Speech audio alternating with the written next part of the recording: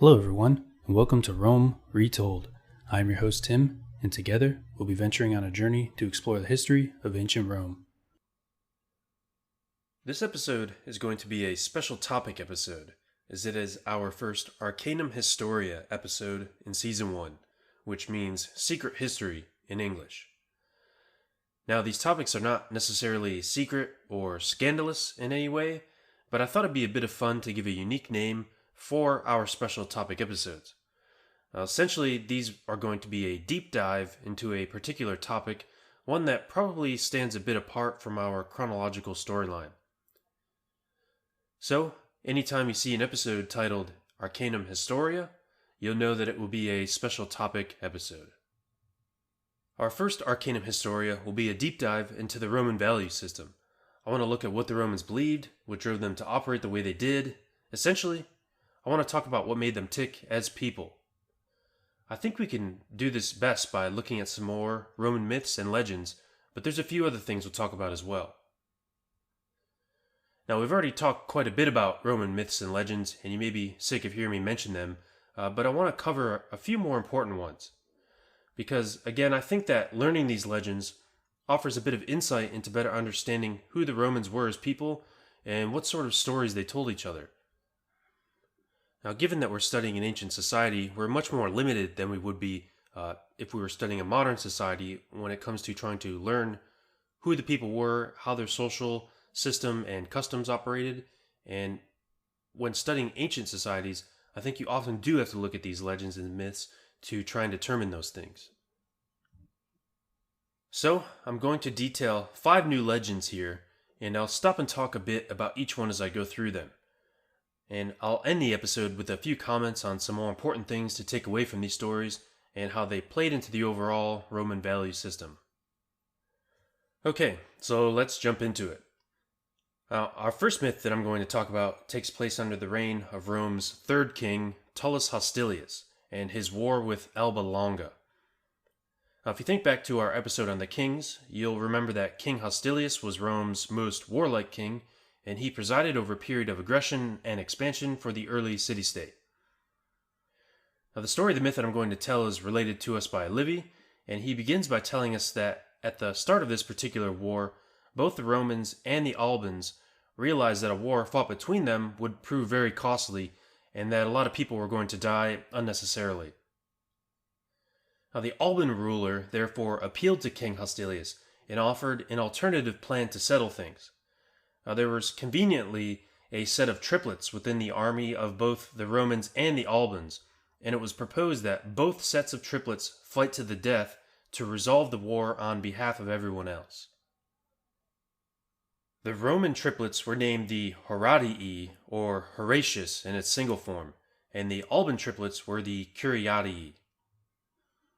Bravely accepting this challenge and stepping up to do their duty, Livy tells us that all 6 men fought with great valor. After the fighting had progressed, all 3 of the Curiatii triplets received minor wounds from their counterparts, but 2 of the Roman Horatii brothers were eventually killed. Now, the only ray of hope for the Romans now lay with the last remaining Horatii, whose name was Publius Horatius. Although outnumbered 3-1, Publius had not yet sustained any wounds, and being uninjured, he quickly devised a plan. Now, he began running around with the 3 Curiatii brothers in pursuit. But owing to their various wounds, they became spread out during their chase of Publius, and he was therefore able to turn and kill each of the 3 men one by one.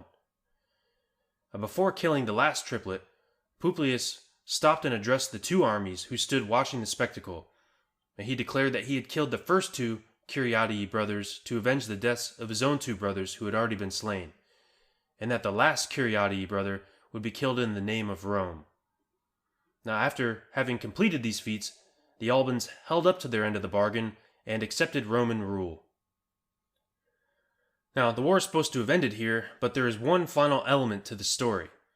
When Publius Horatius returned home, he ran into his sister, Camilla, who had coincidentally been betrothed to marry one of the Curiatii triplets. Now, Publius arrived home with the very cloak that Camilla had woven for her fiancé, and he had it draped over his shoulder, and when she saw this cloak, she realized that her fiancé had been killed in the war. Now she began crying with grief, and at seeing this, Publius yelled that no Roman woman should ever mourn an enemy of Rome, and he drove her through with his sword right then and there. Publius was actually condemned to death for having done this, but at the trial his father interceded, and he was able to have his sentence suspended. Now this overall legend stresses the importance that the Romans placed on duty to the state above all else, and on the importance the Romans placed on being resilient. Even though Publius was outnumbered 3-1 and had seen both of his brothers killed right before him, he continued fighting to find victory. Now, that's an important idea the Romans always played up, and I think anyone familiar with Roman history can already think of some historical parallels of when the Romans exemplified this type of behavior, as the Romans often found themselves in a situation where they had their backs up against the wall, but somehow managed to rally and save the day. I also want everyone to keep the last anecdote regarding Camilla in mind, as I'll be touching on the theme of women in Roman myth toward the end of this episode. Now, the second legend I will relate to everyone today concerns a distant relative of Publius Horatius, another man whose name was also Publius Horatius. Now, the story of this particular Publius Horatius takes place in 509 BC after the overthrow of the Roman kings, and during the invasion of Rome by the Etruscan king Lars Porsena, so it's a few hundred years later than our previous one. Now, after Tarquin the Arrogant, Rome's final king, had been removed from power and exiled from Rome, he was sent to a nearby Etruscan king named Lars Porsena. Now, Tarquin the Arrogant asked him to form an army and march on Rome, whereby he could be reinstalled as king, with the likely caveat that Rome would then be subservient to the Etruscans afterwards. Now, an eventual battle occurred between the Etruscans and the Romans, and the Etruscans actually gained the upper hand and routed the Roman army.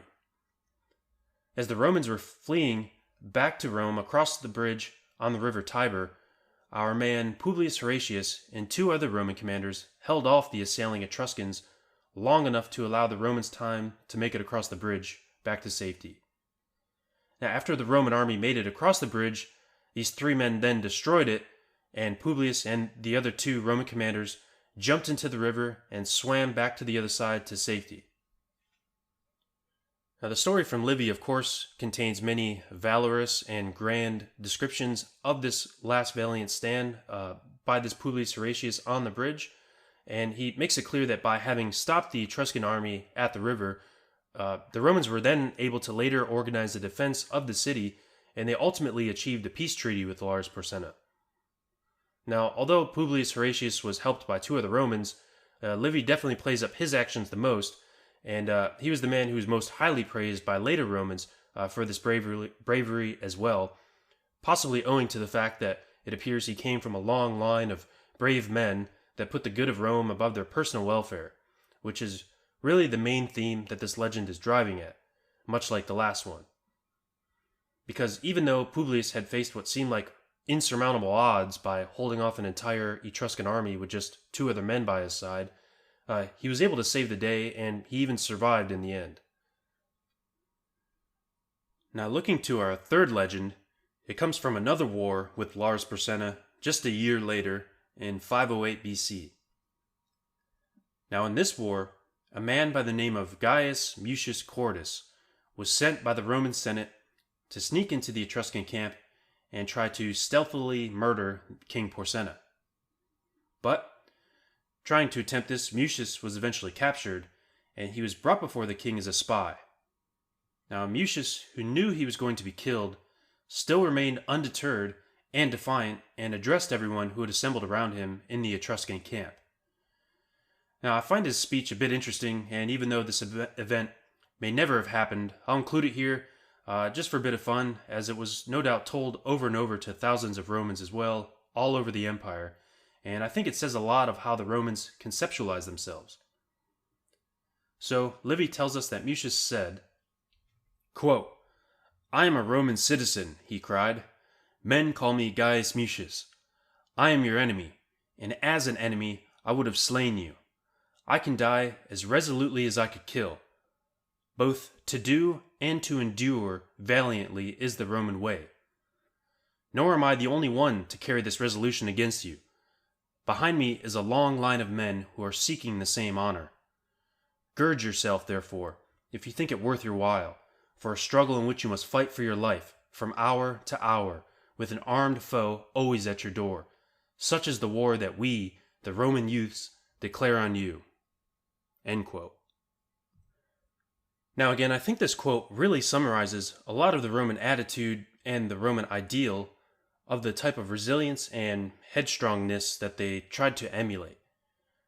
We get a lot of similar emotions from much of our earliest legends of the Romans, and I think this proud defiance is really something that we see demonstrated in legends, but then we see it translated into reality by the actual Romans themselves in their conduct, both in war and politically, and a lot of other spheres.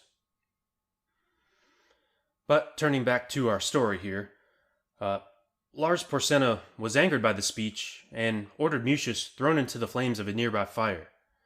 Mucius remained unmoved, however, and before he could be thrown in, he thrust his own right hand into the flames, and he said to the king, quote, "Look, that you may see how cheap they hold their bodies, whose eyes are fixed upon renown." End quote. Mucius then went on to tell Porsena that 300 men had volunteered to carry out this assassination, and that Mucius was simply the first one to draw the lot, and that Porsena would live the rest of his life in constant fear until eventually being killed one day. After all of this, King Porsena supposedly became deeply moved by what he had seen, and he may have also been a bit worried about his longevity. So he therefore released Mucius and signed a peace treaty with Rome. Now after this, Mucius became known as Mucius Scaevola, which essentially translates into something like Mucius the Lefty, as he had burned off his right hand by thrusting it into the fire. The moral of this story is much the same as the previous two. It's another example of the value the Romans placed on bravery and courage, but not just personal bravery, that in the name of the Roman state. And this story of Gaius Mucius really exemplifies all of these values that the Romans were constantly stressing. Now, moving to our fourth legend, it's one that many of you may be familiar with. It is the legend of Lucius Quinctius Cincinnatus. Now, Cincinnatus was a prominent patrician man who had held the high office of consul, all before truly making his great claim to fame. Despite being a prominent patrician, our Roman authors continuously assert that Cincinnatus was a modest man who presided over a small family farm west of the Tiber River that was just big enough to feed him and his family. And it was precisely at this small family farm that Cincinnatus was diligently working away at when he was approached by Roman senators to rescue the city of Rome from crisis in the year 458 BC. Now, Rome had been at war with one of its various enemies, a local city-state here, which was controlled by a tribe called the Aequi, and things had been going horribly wrong for the Romans, and they had had an entire army destroyed. Now, the delegation of Roman senators called on Cincinnatus to become their dictator, take control of the Roman government and military, and rescue them from their situation. Now, I'll be detailing the governmental positions of the Roman dictator in my next episode, but for now, it should be good enough to say that this was an official position within the Roman government whereby someone could be placed into power in extreme emergencies for a period of 6 months, and they were given ultimate authority to do whatever they needed to resolve whatever crisis was at hand. So, Cincinnatus accepted the dictatorship, took command of the Roman government and the Roman military, and he defeated the enemy and resolved the crisis all within 16 days. Afterwards, he resigned from his position and returned back to his small family farm. So, although he was technically able to remain in power for 6 months, he willingly gave it all up after about 2 weeks. Now, this was a demonstration of humility and doing what was right, and again, placing the welfare of Rome over one's own welfare. The legend of Cincinnatus was one that was repeated loudly and frequently by many later Romans, especially during the civil wars of Sulla and Julius Caesar, as they often tried to similarly portray themselves as simple farmers who were merely attempting to resolve a crisis. Even further, it wasn't just this one occasion, as Cincinnatus was accredited with being granted a second dictatorship some 10 years later. Now, this one was in response to an internal plot by a Roman plebeian who was trying to install himself as king, and the story goes much the same. Cincinnatus was approached by a group of senators at his small family farm where he was working his plow. Now, he was given the dictatorship, he took command of the Roman government and military, and quickly resolved the crisis, this time returning home to his farm about 21 days later. Now, the story of Cincinnatus here is again meant to display humility, virtue, and placing the welfare of the state before your own. Now, this is really the common theme throughout the 4 legends that I've related so far in this episode. There is a continual, repetitive theme to Roman myth that really tries to drive home the importance of placing the welfare of Rome above one's own welfare. Now, we can think of how this contrasts with many of the Greek myths and legends, which almost always depict the characters as placing their own advancement above all else, and often to the detriment of those around them. Nearly all of the Greek heroes in the Iliad demonstrate this. Conversely, the Trojan heroes exemplify the idea of fighting for the benefit of their entire city, and we can perhaps see how the Romans were eager to draw their ancient lineage from Aeneas and the Trojans and not from the Greeks. Now, to the Romans, it was good, old-fashioned virtue, duty, and humility that mattered most. These ideas were further encapsulated by the Roman idea of the mos maiorum, or in English, the way of the ancestors. Now, the Romans really clung to the idea that their old lineage held to a sense of tradition, and that everyone had always done what was right and acted in a way that benefited the entirety of the Roman nation. Now, we can of course realize that this was simply a false nostalgia for the good old days, which most likely never actually existed. But it's important to remember that the Romans often hearkened back to this idea of the mos maiorum and the good old days, and it was still absolutely something that factored into the way the Romans actually thought about themselves. And it even guided the way in which many Romans actually behaved. However, despite all these grand, lofty notions, I think it's important to stress that these legends and ideas most directly pertain to aristocratic men in Roman society. Roman women, slaves, and non-citizens may have not cared about these stories at all, and it's always important to keep these minority groups in mind when thinking of ancient history. And turning to Roman women, I'm now going to relate our 5th legend, as it ties into the way that Roman male aristocrats thought about and portrayed women. Now, this last legend is the story of Virginia. Now, in about the year 451 BC, there was a beautiful plebeian girl named Virginia, and there was a man named Appius Claudius who began to lust after her. But Virginia was already betrothed to marry another man, and she rejected Appius's advances. Now, this left Appius plotting a way to claim her by other means. And the story becomes involved with a lot of different characters and subplots, but the gist of the story is that Appius hashes a plot to cast Virginia as being the daughter of one of his slaves, and that she therefore already belonged to him. Now, things were even starting to move forward to a court trial in an effort to try and sort out all the details and determine the truth of Virginia's parentage based on the claims by Appius. But Virginia's father became unsure of how things were going to turn out, as he thought Appius might be stacking the jury against him.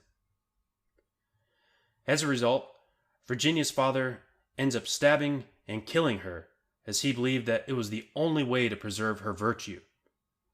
Now, chaos ensued afterwards, but Appius and his fellow conspirators were eventually jailed for their abuses, and Appius ended up committing suicide and his fellow conspirators were exiled. Now, you may already be able to figure out a very common theme regarding women in Roman myths. They typically end up being killed. Now, we can think all the way back to the legend of Aeneas, where Queen Dido committed suicide after she was simply abandoned by Aeneas. We have Camilla, Publius Horatius' sister, who was killed after grieving for her fiancé. There's, of course, Lucretia, who committed suicide to preserve her own honor after being raped. And then here we have Virginia, who is preemptively killed by her father to prevent her rape, even though nothing had actually really happened yet. The story of Virginia is, of course, ridiculous for us to learn about in modern times, but I think this story probably remains an understatement on the plight of women in ancient times. I think all of these stories give us a pretty clear indication of the picture Roman men had in their mind when it came to women, and that's that they had better remain a stoic, conservative model of virtue, otherwise they were going to end up dead, even if events occurred out of their own control. Now, this paranoia by Roman men is unfortunately seen throughout the ancient world and really throughout almost all of recorded human history. Therefore, as we continue on with our survey of Roman history, I think that it is, again, always important to remember that it is really a history of aristocratic men of power, one that kept women, slaves, and other groups in the background as much as possible in an effort to maintain their own status quo. And so, what of the wider Roman value system? As I said previously, a lot of it can be gleaned from learning about these legends, as they did serve a didactic purpose for the Roman youth. And along with them, the idea of the mos maiorum also reinforced the Roman value system. But there is one more thing worth mentioning regarding how the Romans derived their values. Now, we may often think of how religion plays an important role in many people's lives today when one thinks of where their moral system may come from. And although religion played a very important role in Roman society, it wasn't a direct contributor to the Roman value system. And anyone familiar with Greek and Roman mythology may be relieved to hear that. But what did play an important role in the Roman value system was philosophy. In ancient Greece and then in ancient Rome, philosophy maintained an important part of an aristocrat's young schooling, and it was in philosophy that one learned about justice and right and wrong, and even how to be a good friend or what it meant to find love with a partner. They also learned about what we might call political science today, where the young aristocratic men learned about the best forms of government and the proper way to represent one's constituents.